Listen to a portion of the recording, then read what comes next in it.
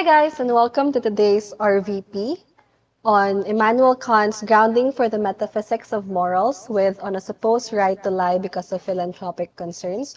We're Group 5, consisting of Shermaine Angelina Bano and Legolas Tyrell Lada. Introduction. Immanuel Kant is a German philosopher, one of the central Enlightenment thinkers, hugely influential in areas of philosophy, controversial for his inflexible defense for deontology, and the following book builds up the foundations for deontology, a moral theory based on unbending universal laws. Metaphysics of Morals, which basically just means that Kant will be tackling morality from scratch, or the first principles. He will be building his case from the ground up the using his arguments found in this book. And then the subtitle on a supposed right to lie because of philanthropic concerns, besides being wordy, there directly questions consequentialism, the moral theory deontology contrasts. Yeah, so for the rest of this book, what you will notice is there's really a direct contrast between what Kant is proposing and what Kant is building up, and the moral theory that we've discussed a few weeks ago, namely utilitarianism. So we'll explain a bit more of that later on. So we'll be tackling the first two sections of the book, wherein section one is entitled Transition from the Ordinary Rational Knowledge of Morality to the Philosophical. So what this title basically means is that Kant will try to uh, sway the reader's initial thoughts, but that is probably going to be based on common sense and ordinary rational knowledge of morality to his philosophical view. And this is going to be setting up the rest of his argument. So first of all, what is metaphysics? Which is this is a branch of philosophy that Kant will be tackling a lot because it's his ideas, and it says here branch of philosophy that deals with the first principles of things. So what this basically means is Kant will be talking about the ontology down to the atomic level, where he will be discussing on the first principles of his case, basically. This section will be tackling three questions, three metaphysical questions. One is what can be regarded as good without qualification, or what which also means what is good in of itself. Second is what gives an action moral worth, morally like good, or just have any worth that's tied to its morality. And lastly, what is the basis for actions being right or wrong, or basically when is something right and when is something wrong. Yeah. So by the way, guys, for the rest of this report, we'll be talking with the talking points that are already enlisted in the reading that we made. So feel free to follow along as you listen to this one. Yeah, in the handouts. Okay, so for the first question, each question na we presented in the previous slide will be tied to a certain concept that Kant introduces in order to build up his case for deontology. So for the first question, it goes, what can be regarded as good without qualification? As Elle said, this means na we're trying to find a thing which we can consider as good in and of itself, not because um, like not because it's some means to an end. And Kant says that the only thing we can consider as being that is goodwill. So would you like to elaborate a bit more on that, El? Not really. I don't think I have any other things to add besides Kant why Kant is building up this idea of goodwill, which is that this will be tied directly to his main idea that is going to be revolving morality around, which is the reason found in each of us. Basically, it's he's saying that he's going to be saying, because it's not said here yet, that that the reason why we have the reason we have reason is to cultivate goodwill, because that is the only thing in this world that has, what was it, that that is That's good. good in itself. Yeah, that's good in itself, that's good without qualification, because every other thing that a person does or will do or just manifests in general can be interpreted as both good or bad, except goodwill. Goodwill will always just be good. Yeah. And like Kant really goes ham on this. Like it's not just like things or objects that can be double-edged swords. Even concepts are double-edged swords, or like Yes. certain qualities to people that we think are inherently good, like being clever or level-headed. Kant like believes that there can be a circumstance in which that can be used for evil, and so Mhm. therefore what really, yeah, only goodwill cannot be framed as that. Like if you have goodwill, it's just good in itself. So You cannot misconstrue it in any other way. yeah. Yeah. Wait, going back. And like, wait, actually. Yeah, and also Kant tackles the idea of like more sub question, that is like what is the ultimate purpose of a rational being's life? If we're just jumping off of utilitarianism from a few weeks ago, then we might say that it's like fulfilling one's happiness, like needs and wants. But Kant argues that nature has developed humans, rational beings, to have reason preside over instinct, when instinct would have been better, much better than reason at like getting us to the end goal of happiness, if it truly were the end goal. Which means that since we've developed reason, there must be an end goal greater than happiness. And Kant believes that, as El said, this is the cultivation of goodwill, which means that if if um if reason compels us to do certain things in order to cultivate this goodwill, that means that we have the duty to do certain things. And that's where the second concept goes in, on the question of what gives an action moral worth. Elle would explain like what the difference between duty and inclination is to Kant. So according to Kant, there is there's going to be two things that you will be doing actions based off of, which is one, it's duty, which is actions in accordance to universal laws, and then two, inclination, which is a tendency, which is things that you do out of tendency, or just what we are inclined to do, which is why it's called an inclination. This is more of a preference thing, and it's not based off of any other objective laws. It's entirely like selfish. Yeah. And from these like two ways of thinking on how on like what actions you're gonna do, Kant then categorizes actions into four categories. First, there are actions that are contrary to duty, contrary to the thing that you're supposed to do in order to cultivate goodwill, which means that it's inherently bad. It's morally incorrect. But then the other three are going to be accord with duty, but have different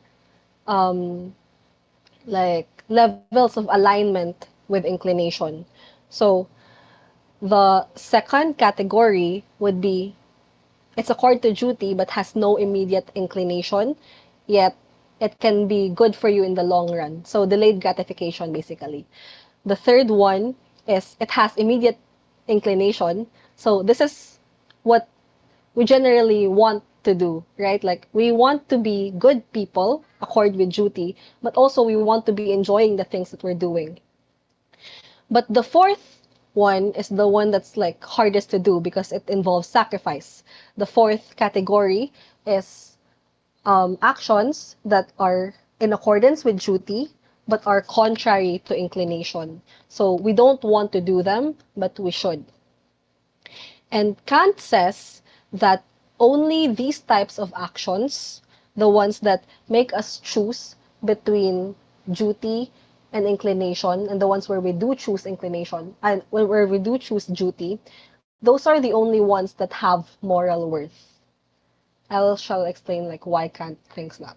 Kant believes that acting out of duty, while in contrary to inclination, is the only types of actions that have moral worth, because when we're doing something that we are not inclined to do, but we have the duty to, this strips away any other possibility or any other ulterior motives that we might have to why we're doing something. We are only going to be doing it in, like, as a parallel to what he was talking about in the previous question. We are only going to be doing it out of goodwill. There's no other reasons besides goodwill. Besides, we know that we should be Mm, doing it to follow universal laws, and we're disregarding what we want to do ourselves. The mm, sacrifice is mm. what gives it moral worth, according to Kant.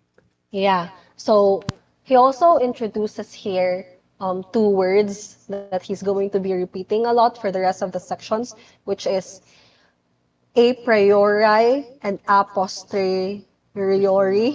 Yeah. So what these words basically mean is a priori means a proposition knowable independent of experience, and a posteriori is only knowable on the basis of experience. So it's just like before and after a thing happens.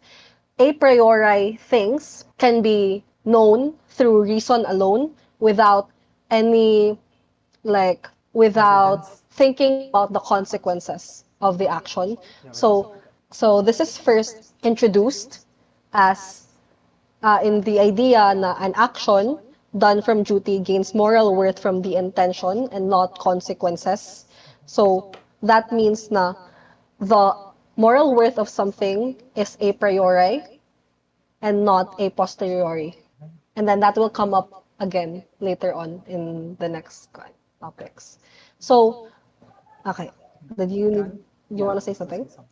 So Kant, talking about a priori and no a priori and a posteriori, has come up in his other works as well. I forgot what the title, but it was a critique on something. He was arguing with Mm. David Hume. He, David Hume argued that causation, he was talking about cause and effect, causation was merely a linguistic thing, where we say something is an effect and something is a cause because they're occurring in order, wherein Kant says that causation isn't merely a linguistic thing, it's an a priori concept that we deal with every day, because we look at something and we come up with the cause effect in our Mm. brain, and we are reasoning it out, and we're not necessarily relying on experiences that have already manifested, but just the idea that we, by our nature, are trying to find cause and effect, should means that it's not a linguistic thing. It's a human thing. it's it's a it's something that we do out of reason in order to try to understand our environment. Yeah, Yeah. yeah. a Okay. priori like a So, priori a priori concepts. Kant really likes this, and this will be coming up more. But the idea of it is quite abstract, and it's relying on the fact that these concepts alone should carry the weight of what the evidence would have given it. It doesn't yeah, need that's a really good way of putting it. Yeah. It doesn't need to have physical evidence, because having physical evidence for it quite invalidates the idea of it being not related to consequences. A priori, a priori things or ideas, concepts, they are based on the fact that they are the ends to themselves, and a posteriori, you come up with judgments that are a posteriori based on consequences or means to an end.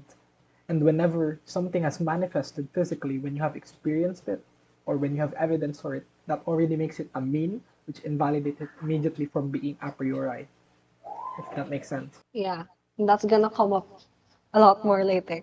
So, yeah, just the idea of duty and inclination um, is one of the concepts that are tackled in this section. And then for the third question, mali na ng kuan, guys. For the third question, what is the basis for actions being right or wrong?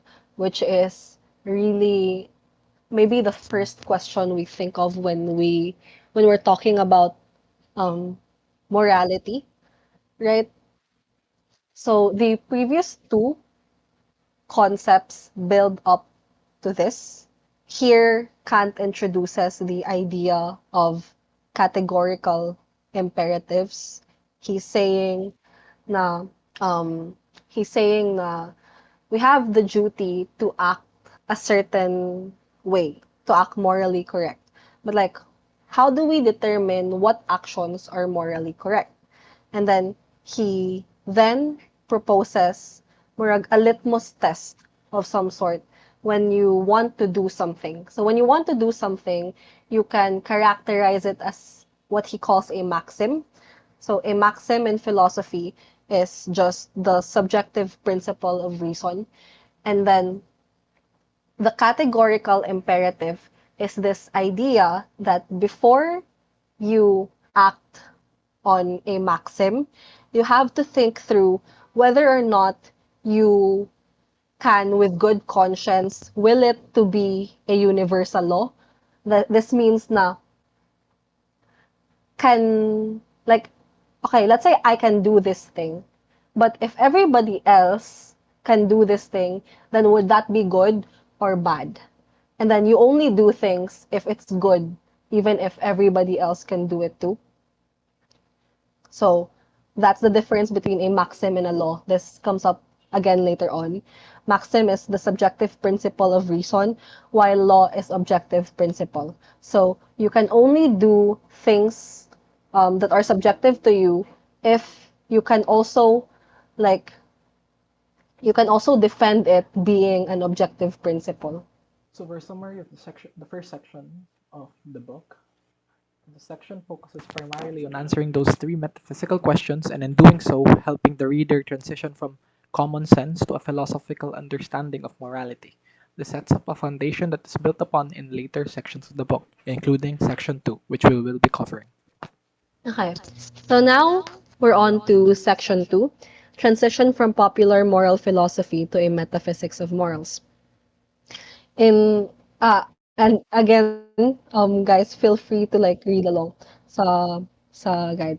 So here, Kant starts this section by admitting that it's hard to find examples of katong actions that he deems to have moral worth, that is actions that are done purely from duty. But even if these are hard to find, we can recognize that reason imposes clear moral demands and like in order to have a goodwill, right? Which means I like and then again the idea of a priori um reasoning comes up because universal laws that are required for morality cannot be derived from any single experience because like these require us considering a posteriori consequences. And since these are so like specific to certain experiences, they cannot be universal. So again, he reasons that moral laws must be derived purely from a priori reasoning. He introduces this idea of an imperative, which na takal na ganina ang categorical imperatives. But like, what even is an imperative, right? It's an action that reason implores a person to do. And then we're gonna discuss a little bit more on the two types of imperatives later on, and also like two other ways um, he introduces the categorical imperative. Kant tackles these two types of imperatives in this section, which is one, hypothetical imperatives, and two, categorical imperatives, which we have already encountered in section 1. Hypothetical imperatives are imperatives which are like again, as Charmaine has defined before, it's actions that are reason that our reason wants us to do or is making us do. That's why they're called imperative. That's like a command. Hypothetical imperatives. Reason tells us to do these things as a means to an end. Which is they're telling like if you want to have X, you have to do Y. That's an example of an hypothetical imperative. We are doing these things for the ends, and what we're doing is the means. In contrast to that, categorical imperatives are ends themselves, which is basically just instead of do if you want X, you do Y. It's just do X, like period. So we will be doing them not because it's a means to an end, but because we are doing it for itself. We are doing it to do it. And that is what Kant is what Kant has been supposed like what has sorry what Kant has been proposing is incredibly a priori and is working with his idea of the ontology. Yeah. So you see in this like versus again the direct contrast between utilitarianism and deontology because like consequentialism, which utilitarianism is under, is like hypothetical imperatives, right? Like we have something that we want to maximize, for example, happiness, and then we do things as a means to that end, which is happiness. But in deontology, we don't even consider happiness. We don't consider consequences at all. Instead, we're working from reason alone, and like actions are judged based on just the action themselves and not like any consequences after. So that's why it's categorical. Yeah. So the categorical imperative na ginaingon ni Kant kanina on like how are we supposed to apply that, right? The first formulation was the one we introduced earlier. It was talking about universality. This idea that you can only do actions, that you should only do actions that you can will to be a universal thing. So a very common example of like deontological Kantian law is never deceit. Like deception and lying are prohibited at all times. And the idea is even if in a certain circumstance I lie and nothing bad comes out of it, if lying were to become a universal thing, then the idea of trust would just like disintegrate because you can't trust anyone if lying is an acceptable thing to do. So that's why it can't be universal, therefore I cannot do it. So that's the first formulation. And the second formulation is the principle of humanity. In the second formulation, he he emphasizes this idea that humans have, no, not just humans, but rational beings have worth and dignity, and therefore should be treated as ends in themselves and not merely means. So, uh, care to expound by? Kant emphasizes a rational being's dignity here, which is their ability to refuse maxims, right? It's it's how you determine whether you can. It's how you determine universality of katong universal laws earlier. It's how you determine universality, which is which is when you thought when sorry, it's when you considered on whether making things universal would let other people reject it or like would make other people reject it, and them being able to reject it is because of them having dignity. That's what Kant was talking about, and Kant emphasizes his value on dignity here because, well, for something to be moral has to be like good to people. You don't treat Kant was just a roundabout way of saying don't treat people like objects. Yeah. Just treat them as ends themselves. And in that way, you put more value on them on you put more value on them compared to other actions you would have done willy nilly. Yeah. It's super wholesome, guys. Okay. Just And don't then be he also that tackles, person. sorry. Yeah, just messing Yeah. He also tackles in this part this idea of autonomy and free will. He states that like rational beings have autonomy because and like only if we um do or act like if we act based on reason alone, because if we were governed by some interest, then that means that like we're just means to that interest. Like we're just doing things for that interest and not an end to itself. So the fact that we can choose what to do, as Elle says, that's what makes us ends in our own right. And since we are ends in our own right, we must treat others as such. So yeah. And like Yeah, I this free understand. will that we have, this autonomy that we have, dictates the universal moral laws that we both create and also unconditionally obey, which leads us to the third formulation of categorical imperatives, which is Kant's version of a utopia. He calls it the kingdom of ends. So he imagines this world made up of rational beings who follow the categorical imperative, and also they treat others as ends in themselves. So basically like good people in Kant's eyes. The third formulation would then state na like a good person would act according to laws that that person would enact if the kingdom of ends was real, no matter if there's no guarantee that others will do so as well.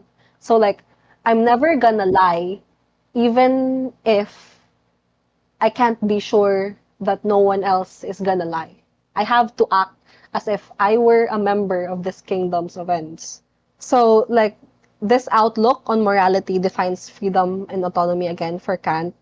So, as opposed to like a will that's determined by interests external to the universal law, then that will would be what he calls heten heteronymous, which is just like it's it's determined by external. So, Section 2 establishes the categorical imperative as the principle of his moral philosophy and outlines its key formulations, highlighting the importance of moral principles that are rational, universal, and rooted in the inherent value of humanity. This section sets the stage for Kant's exploration of the nature of moral duty and the principles that guide moral actions in the subsequent sections of his work. yeah. So, we're at the guys. Napatay discuss ba? Not really. I think that's fine Oh, for 30 we're minutes. yeah. Okay, ending na to. Summon. Yeah, so that was it for our RVP on Kant's Bye. grounding